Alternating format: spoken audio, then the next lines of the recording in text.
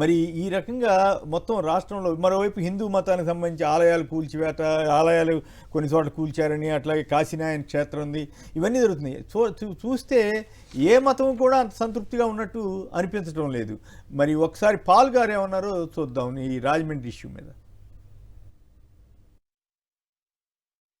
ఇది కేవలం కుట్రపూరితమని నేను సుప్రీంకోర్టు వరకు వెళ్తాను, ఏపీ హైకోర్టులో ఫైల్ చేస్తాను.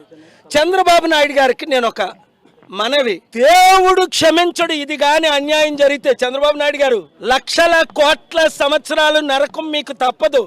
దేవుడి గురించి మీకు తెలుసు కదా. రెచ్చగొట్టే ప్రసంగాలకి మీరు ఎలా పర్మిషన్ ఇచ్చారు? సనాతన పేరుతో ఎందుకు రెచ్చగొట్టడం? ఆ తర్వాతే ఇది జరిగింది, అర్థం చేసుకోండి. ఇప్పుడు రిక్వెస్ట్ చేస్తా, 72 hours తర్వాత ఏం చేస్తానో మీరే చూస్తారు. రైట్, అది పాల్ గారి ఆవేదన. అయితే నిన్న ఇఫ్తార్ విందుకి జగన్ గారు వెళ్తే విపరీతమైన జనం, ఆశ్చర్యం వేసింది. అసలు ఆ స్థాయిలో ఎక్కడికి వెళ్ళినా ఆ మతం ఈ మతం లేకుండా ఆయన ఎక్కడికి వెళ్తే అక్కడ వేలాది మంది జనం వస్తున్నారంటేనే ఈ ప్రభుత్వం రకరకాల రూపాల్లో ఎట్లా ఒట్లా అణచివేయాలని చేస్తున్న రెడ్ బుక్ ప్రయత్నాలు చూస్తున్నాం. శివశంకర్, మీరేమంటారు? ఈ మతాలకు సంబంధించి ఏ మతం సంతృప్తిగా లేదా ఉందా? ఖచ్చితంగా సార్, ఆంధ్రప్రదేశ్లో అన్ని వర్గాల వారు, అన్ని మతాల వారు అందరూ కూడాను చాలా భయోందనలుగా, అశాంతిగా ఉన్నారు. ఎందుకంటే మనం చూస్తూ ఉన్నాం మొదటి నుంచి కూడా ఏదో తిరుపతిలో లడ్డు కొవ్వు అనేసి అదేని ఇదనే లోపల హిందూ మనోభావాలు అందరూ దెబ్బతిన్నాయి. లడ్డు తినేటప్పుడు అదే గుర్తు వస్తూ ఉంది. చాలా బాధాకరమైనటువంటి విషయం అది, ఏదో రాజకీయం కోసం వాడుకోవడము ఆ విధంగా. తర్వాత వచ్చేసేసి ఈ నిన్న జరిగినటువంటి ఆ పాస్టర్ ప్రవీణ్ గారి ఆ యొక్క ఇన్సిడెంట్ రియల్గా ఆయన మనస్సు, ఆయనకి శాంతి కలగాలని మనం ప్రే చేస్తూ, ఇది 2 రాష్ట్రాల్లో సార్, ఆంధ్రప్రదేశ్లో పాటు తెలంగాణలో ఉన్నటువంటి క్రైస్తవ సంఘాలన్నీ కూడాను 2 రోజుల నుంచి చాలా ఆందోళనకరంగా వాళ్ళ ఆందోళన కానీ బయటికి రావడం కానీ, దాదాపు వేలాది మంది బయటికి రావడం కానీ దీన్ని ప్రొటెక్ట్ చేస్తూ ఉన్నారు. దీన్ని క్లియర్గా ఇది సోమవారం జరిగినప్పుడు వైఎస్ఆర్ కాంగ్రెస్ పార్టీకి కానీ మాకు కూడా చాలా అనుమానాలు ఉన్నాయి. అది సోమవారం ఇన్సిడెంట్ జరిగితే బుధవారం వరకు ఎందుకు బయటికి రాలేదు? తర్వాత టోల్ గేట్ దగ్గర ఆ బైక్ వెళ్ళినప్పుడు ఆయన బైక్ హెడ్ లైట్ లేకుండా తోసుకొని పోవడము, తర్వాత 6 కిలోమీటర్ల తర్వాత హెల్మెట్ పెట్టుకొని ఉండగా పడిందేమో, వెనకలకు పడ్డాడు, కానీ ముఖం మీద అంతా ఏదో అయినట్టు, ఈ షూ మరకలు, ఆ అచ్చులంతా కూడాను ఎద మీద ఉన్నట్టు, ఇవన్నీ ఘటనలు చూసుకున్నప్పుడు అది ఏమన్నా హత్య జరిగిందా, ఎవరన్నా హత్య చేశారా, లేదా యాక్సిడెంటా అనేటువంటిది కూడాను క్లియర్గా లేదు ఈ దీనికి. సో ఇప్పుడు పాల్ గారు చెప్పిన నిజంగా నిన్న సికింద్రాబాద్ సంబంధించినటువంటి కొన్ని క్రైస్తవ సంఘాల వాళ్ళందరూ మాట్లాడినప్పుడు ఖచ్చితంగా ఇది ఉద్దేశపూర్వకంగా అతనిని హత్య చేశారు, దీన్ని నిగ్గు తేల్చాలి, ఎవరు చేశారు ఏంటి అనేటువంటిది ఈ పాటికి పోలీసులు రావాలి. సోమవారం జరిగినప్పుడు ఇంత సెన్సిటివ్ ఇష్యూ, సెన్సిటివ్ అది పర్సను, ఒక ఫాస్టరు ప్రవీణ్ గారిని, నిజంగా ఇది క్రైస్తవ సంఘాలందరికీ కూడాను శాంతిగా ఉండాలని, దీనికి పోలీసులు కానీ ప్రభుత్వం మీద కూడా వైఎస్ఆర్ కాంగ్రెస్ పార్టీ కూడా ప్రెజర్ తీసుకొని వచ్చేసేసి ఖచ్చితంగా ఇటువంటి సంఘటనలు జరగకుండా, ఇటువంటి మతాల మధ్య సెన్సిటివ్ ఇష్యూను చాలా డెలికేటెడ్గా హ్యాండిల్ చేయాలనేటువంటిది వైఎస్ఆర్ కాంగ్రెస్ పార్టీ డిమాండ్ చేస్తూ ఉంది.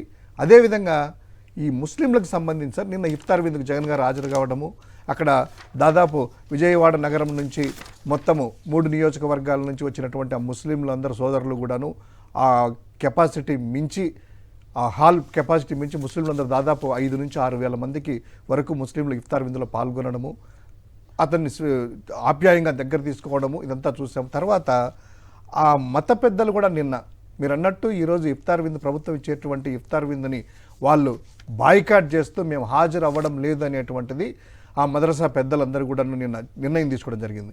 మీరు అన్నట్టు ఏదో తెలుగుదేశం పత్రిక, ఎల్లో మీడియా వాళ్ళ పార్టీ కార్యకర్తలు వాళ్ళు ఉంటారు, వాళ్ళ అభిమానులు వాళ్ళు వచ్చే దాన్ని వేసేసి కవర్ చేసుకోవచ్చు. కానీ యథార్థంగా ఈ కూటమి ప్రభుత్వము, చంద్రబాబు నాయుడు గారు తన ఊతకర్ర మీద ప్రభుత్వం ఆధారపడిందన్నటువంటి వ్యక్తి ఈ యొక్క ముస్లింలకు జరుగుతున్నటువంటి అన్యాయాన్ని ఏమాత్రమో పట్టించుకోకుండా, వక్ఫ్ బోర్డు చట్టానికి సంబంధించి నోరెప్పుకోకుండా వాళ్ళు ఏం చేస్తే అది అనేటువంటిది, వీళ్ళ హక్కులకు కొన్నైనా కూడాను కాపాడుదామనేటువంటి ఆలోచన లేకుండా యావత్తు ముస్లిం పెద్దలందరూ కూడా, ముస్లిం మతస్థులందరూ కూడాను వారి మీద ఏ విధంగా కోపం అనేటువంటి తెలుస్తూ ఉంది. సో ఓవరాల్గా హిందువులు కావచ్చు, క్రైస్తవులు కావచ్చు, అదేవిధంగా ముస్లింలు కావచ్చు, ఎవరు కూడా ఈ ప్రభుత్వం పట్ల ఆర్థికంగా కావచ్చు, లేకపోతే శాంతిపరంగా కావచ్చు, ఎక్కడా కూడాను హ్యాపీగా లేరు కాశీనారాయణ అనేటువంటిది క్షేత్రం అర్థమవుతుంది. కూల్చడం Yes, గొడవలు ఆ కాశీనారాయణ క్షేత్రం నిజంగా అది తిరుపతి సంబంధించింది అయితే కాదు. రైట్. ఒకసారి పురుషోత్తం రెడ్డి గారు చెప్పండి, ఈ మతపరమైనటువంటి శాంతి కూడా లేకుండా ఎట్లా చేస్తోంది గవర్నమెంట్, చేస్తోందా లేదా? ఆయా వర్గాల్లో ఏర్పడిన అసంతృప్తి పైన మీరేమంటారు? నిన్న జగన్మోహన్ రెడ్డి గారు విజయవాడలో ఇఫ్తార్ ఎందుకు విశేషంగా జనం రావడానికి కారణాలు ఏంటి? ఈ రెండు ఉన్నాయి. ఒకటి, ఓడిపోయిన తర్వాత చాలా వరకు నిరుత్సాహం ఉంటుంది, కానీ జగన్మోహన్ రెడ్డి గారికి ఓడిపోయిన తర్వాత మరింత పెరిగింది. అంటే మొత్తం మీద ఒక రకమైనటువంటి భావోద్వేగం కనెక్ట్ అవుతోంది. ముస్లిమ్స్ లో రావడానికి కారణం ఏంటంటే ఒక బోర్డు వరకే కాదు, ముస్లింలో కొమ్మినేని గారు ఎక్కువ మంది పేదలు ఉంటారు. జగన్మోహన్ రెడ్డి గారు సంక్షేమ పథకాలు పేదలకు బాగా ఉపశమనం కలిగించింది. అది ఇప్పుడు తగ్గింది కదా, ఖచ్చితంగా ఆ ఇంటరాక్షన్ అనేది మనకు కనపడుతుంది. అందువల్ల జగన్మోహన్ రెడ్డి గారికి ఎక్కడికి వెళ్ళినా రైతులు కానీ వాటిలో వస్తున్న తీరు చూసినప్పుడు ఖచ్చితంగా ఓటమి తర్వాత వైసీపీకి ఆ గ్లామర్ పెరిగినట్టు కనిపిస్తోంది అనేది నాకు నిన్న కానీ ఈ మధ్య జరుగుతుంది. పాల్ గారు చేసిన ఒక వ్యాఖ్యలో ఆందోళన కలిగించే అంశం ఏంటంటే రెచ్చగొట్టే పనులు చేస్తున్నారు సనాతన ధర్మ పేరుతో. దీనిపైన అది పాల్ గారు కొంత చులకన అవుతుంటాడు అప్పుడప్పుడు, కానీ ఆయన చాలా పెద్ద మెసేజ్ ఇచ్చాడు రాష్ట్ర ప్రభుత్వానికి, ప్రజలకి. ఎందుకంటే కొమ్మినేని గారు ఇప్పుడు కొంతమంది సనాతన ధర్మం పేరుతో ముందుకు వస్తారు. సనాతన ధర్మం ఏం చెప్పిందో వాళ్ళకి తెలుసో తెలియదో కానీ ఆ పేరుతో మాట్లాడుతున్నారు. నా పాయింట్ ఏంటంటే సనాతన ధర్మానికి ఈరోజు నష్టం ఎప్పుడు ఉద్యమం చేయాలి కొమ్మినేని గారు? సనాతన ధర్మానికి వ్యతిరేక ప్రభుత్వాలు ఉన్నప్పుడు చేయాలి మీ పద్ధతిలో. రాష్ట్రంలో సనాతన ధర్మ ప్రభుత్వం ఉంది, కేంద్రంలో సనాతన ధర్మం, మళ్ళీ ఉద్యమం ఎందుకు అంటున్నాను? పద్ధతిగా అడ్మినిస్ట్రేషన్ చేసుకోండి. రెండు సనాతన ధర్మ ప్రభుత్వాలే కదా, రెండు సనాతన ధర్మ ప్రభుత్వం, మళ్ళీ ఉద్యమం ఎందుకు? నిజంగానే సనాతన ధర్మం ఉంటే ఆయన పవన్ కళ్యాణ్ గారు ఆ కాశీనారాయణ క్షేత్రం దాని మీద ఏమైనా స్పందించారంటే లేదు, లోకేష్ గారు స్పందించారు. అదో విచిత్రం. తిరుమలకు సంబంధించి మన కరుణాకర్ రెడ్డి గారు ఎంత డీటెయిల్గా చెబితే నాకు ఆశ్చర్యం. చంద్రబాబు గారు ఇన్ని అబద్ధాలు ఆడారా తిరుమలకి సంబంధించి అని నాకు అనిపించింది. ఇప్పుడు సనాతన ధర్మం నాకు తెలిసినంత వరకు, మీకు ఇంకా బాగా తెలుసు, సనాతన ధర్మం చేయాలంటే ఫస్ట్ జనసేనలో మహిళా విభాగం రద్దు చేసేవాళ్ళు, మహిళలు రాజకీయాలు రాకూడదు కదా. పాయింట్ ఏంటంటే తెలిసి మాట్లాడుతున్నారో తెలియక మాట్లాడుతున్నారో వేరే సంగతి. ఈ ప్రసంగాలు ఏమవుతాయంటే ఆయన చెప్పింది ఈ రోజుకి తెలియకపోవచ్చు. పాల్ గారు ఈ రోజు చేసిన హెచ్చరిక ఈ రోజు మనకు జస్ట్ కనపడతా ఉంది, ఫ్యూచర్ లో చాలా ప్రమాదం అవుతుంది. మతం వ్యక్తిగతంగా ఉండాలి, రాజకీయ అజెండాలో ఉండకూడదు. అదే కదా లౌకికత్వం అంటే. ఈరోజు రాజకీయ అజెండాలో తీసుకొచ్చేస్తున్నారు. ఒకవేళ రాజకీయంగా మీ ప్రభుత్వాలు ఏమైనా హిందూ ధర్మానికి వ్యతిరేక ప్రభుత్వాలు ఉంటే అప్పుడైనా అర్థం చేసుకుంటారు. రెండు ప్రభుత్వాలు మీవే అయిపోయినాయి, ఇంకెందుకు సనాతన ధర్మ ఉద్యమాలు? పద్ధతిగా అడ్మినిస్ట్రేషన్ లో చేసుకుంటే సరిపోతుంది. కాబట్టి కేఏపాల్ హెచ్చరికని ప్రజలు తీసుకోవాలి, అదేవిధంగా ప్రభుత్వాలు కూడా సానుకూలంగా తీసుకోవాలి. ప్రభుత్వం మెడగ చుట్టుకుంటుంది, ఏ వర్గం హ్యాపీగా లేకుండా. ఇప్పుడు హిందూ వ్యతిరేకలనే పేరుతో రాజకీయం చేయదలుచుకున్నారా? మరి హిందువులైనా సంతోషంగా ఉండాలి కదా.